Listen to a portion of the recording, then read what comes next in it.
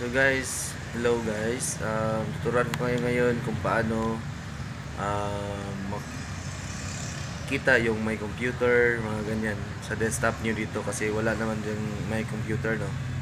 So ang gagawin lang, so yung program is Windows 11. Gagawin nyo lang is right click, then show more options, then click the personalize. Then ngayon, ito yung mga nasa settings niya sa personalization.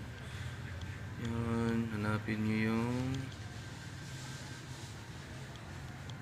themes. Yan siya guys, themes. Diyan sa themes, makikita nyo yan, pwede nyo i-change yan, ganyan.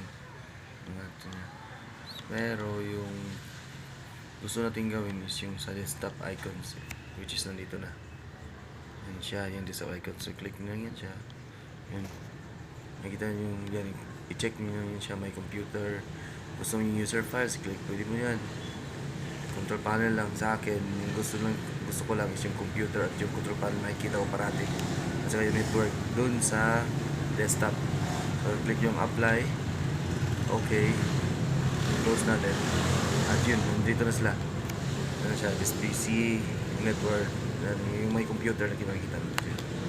So that's yan lang lahat guys. Salamat. Bye bye.